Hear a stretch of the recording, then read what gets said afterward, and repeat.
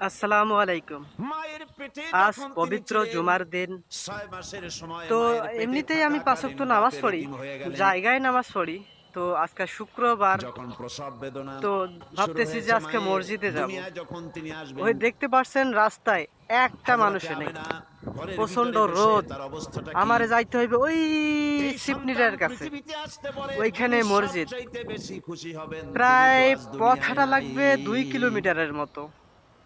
এমনিতে দেখা যাচ্ছে যে গায়ের কাছে, কিন্তু রাস্তা ঘুরানো, অনেক দূরের রাস্তা।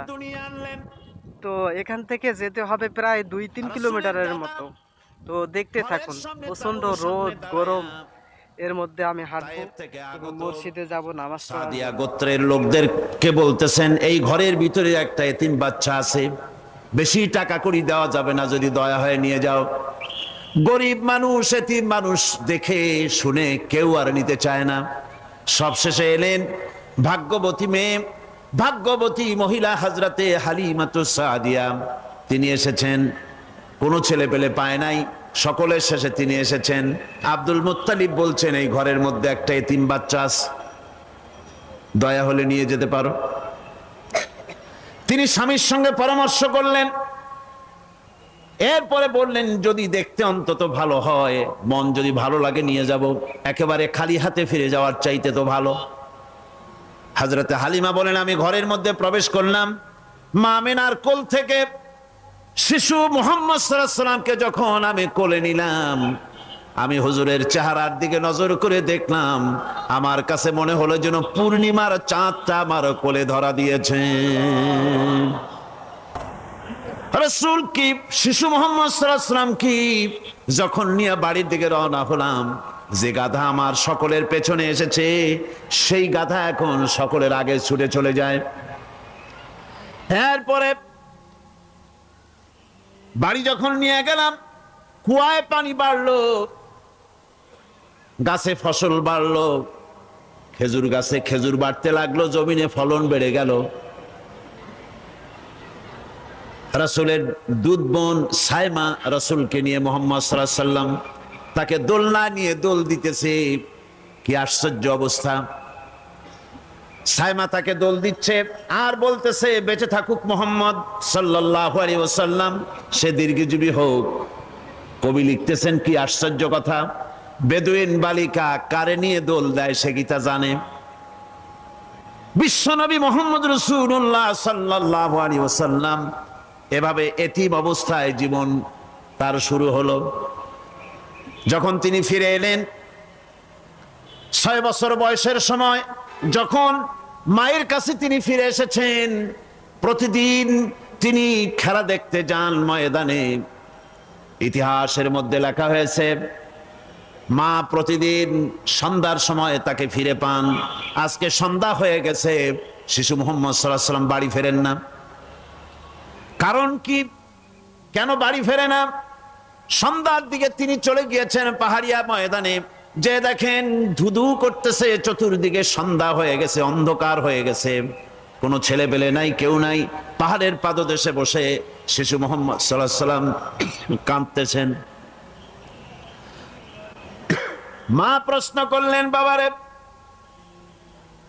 সন্ধ্যা উত্তীর্ণ হয়ে গেল, কেন একা একা বসে বসে কাঁদো? তিনি বলছেন, মাজি, আজ কদিন খেলা দেখতে আসলাম ময়দানে, প্রতিদিন দেখি যখন সন্ধ্যা হয়ে যায়, মুরব্বী শ্রেণীর কিছু লোক আসে, ছেলেকে নাম ধরে ডাক দেয়, ছেলেরা দৌড়ে তারা বাবার কাছে চলে যায়, আর বাবা ছেলেকে কোলে নিয়ে মুখে চুমা দিয়ে বাড়ির দিকে নিয়ে যায়।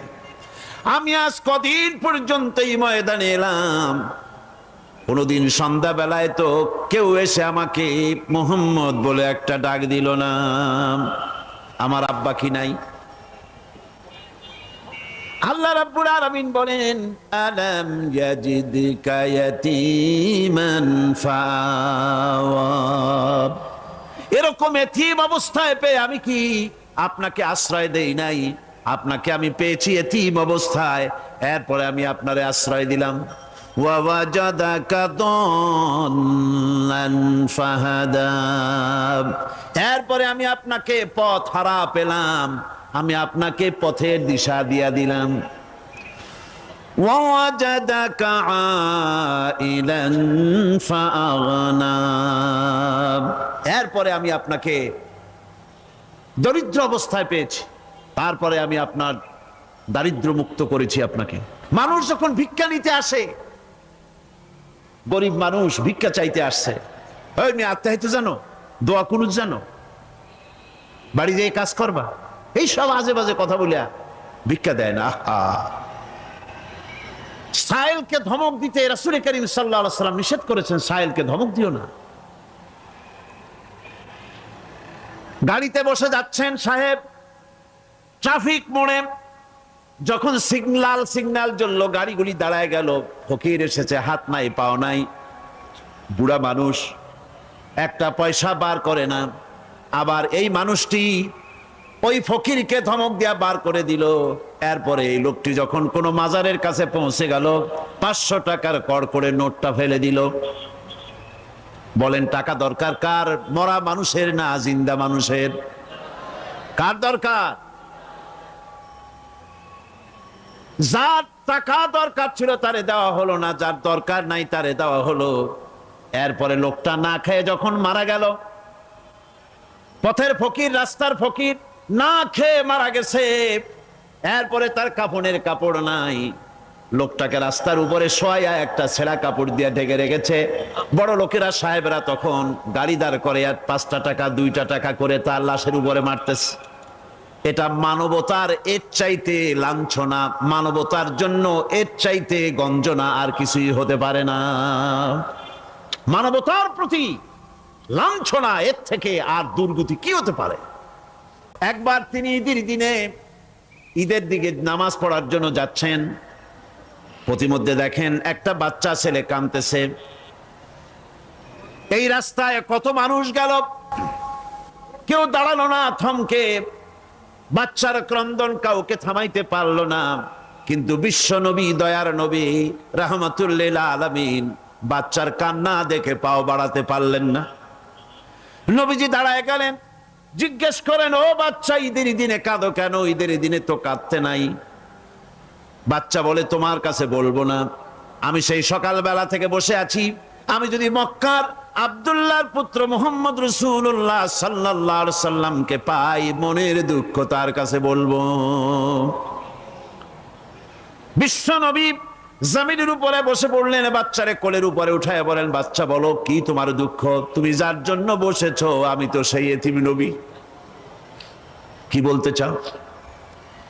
বাচ্চা বলতেছেন, ইয়া রাসূলুল্লাহ, আমার বাবা মারা গেছে, সেই ছোট্টবেলায় একেবারেই তখন মায়ের পেট থেকে আমি আসার পর বাপ মরে গেল, আমার মা আর একজনের সঙ্গে বিয়ে বসেছে, সেই পুরুষটি আমারে দেখতে পারে না, আমার মা যদি আমারে কোলে করে এসে সহ্য করতে পারে না, আমারে চুমা খাইলে সহ্য করতে পারে না, আমারে খাবার দিলে মা মার খায়।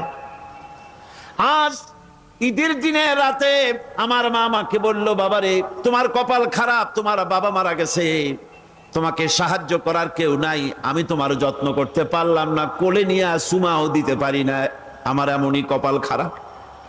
সুতরাং এতিমের দরদ, এতিম ছাড়ার কেউ দেখতে বুঝবে পাচ্ছেন না। উজুখানা, এই মসজিদ, খুতবা চলতেছে, তো এখন উজু করব এবং মসজিদের ভেতর আমি নামাজ পড়ব। এতিমের দুঃখ তিনি বুঝবেন।